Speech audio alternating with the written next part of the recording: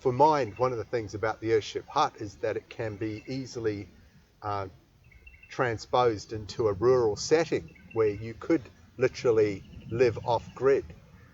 Mike Reynolds in that lecture did talk about, for example, how to build your own off-the-grid sewer system, so bathroom system, and how that would work, how that would look, and he's got it all there. So I was able to build this Earthship hut in my backyard with zero building experience, and I'm a person who doesn't like reading manuals or following detail. I'm more of a lateral thinker. I just want to get in there and do it, which is probably a tip I would give to anyone thinking of building an Earthship, is just to stop thinking about it and just start collecting the cardboard and the tires and the cans and start putting it together. Because in the aforementioned video, it's fairly straightforward sort of build. It's certainly not rocket science, and if you know how to swing a sledgehammer, I believe anyone has got the possibility of doing it. One of the ways that I got to that time and space where I could afford to even think about the planet was allowing some time and space for myself to do exactly what I'm doing now, to go and visit these nature reserves, because I quite often find that visiting such a place is where I do my best thinking. So in a way, I'm allowing myself to breathe and tap into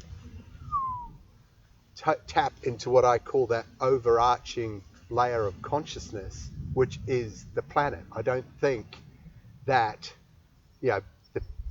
that Earth is just a dumb rock floating through space. I think there is a layer of intelligence, and if there is one, I would like to find a kind of portal to be able to connect into that knowledge base, to be able to connect into what I think the planet expects from us mere humans. Yeah, so all this stuff about rattling the sabers in Northern Europe there, and threatening and bolstering our arms thing, I don't know if that's actually a good thing for the planet.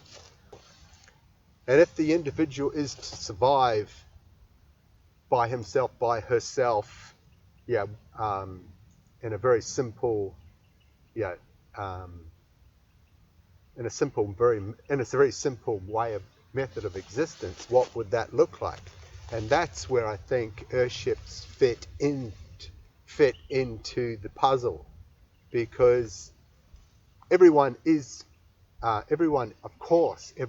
concerned about the basics of shelter, water and food, and energy as well. I'd throw that in there. And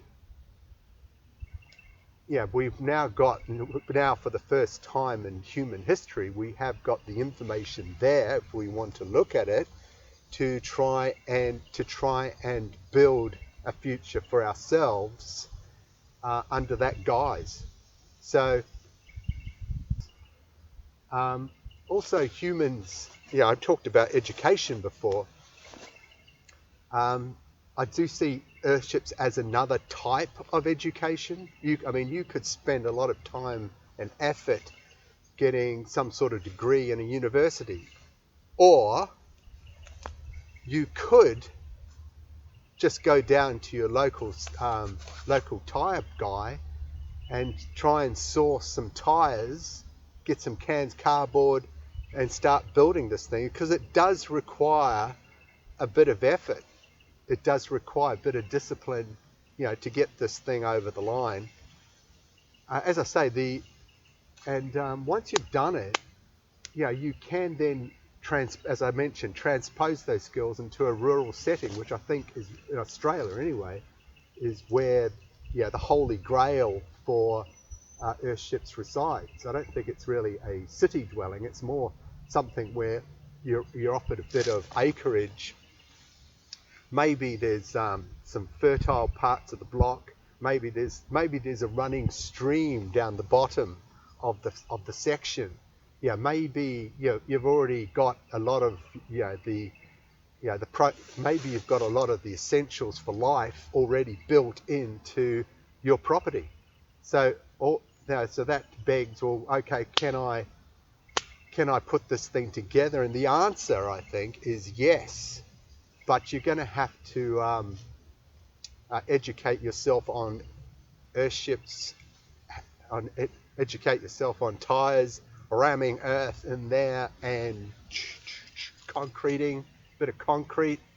But it's perfect for the Queensland. We talked about climate change.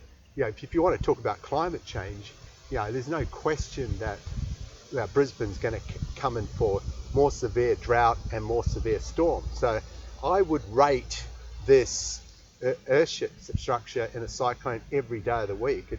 A cyclone is not going to blow over something this heavy. I mean, I speak from experience in that.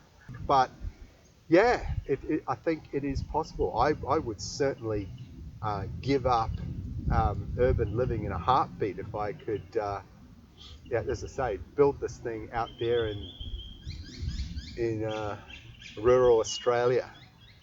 Anyway, Earthshippers, that's food for thought. See you next time.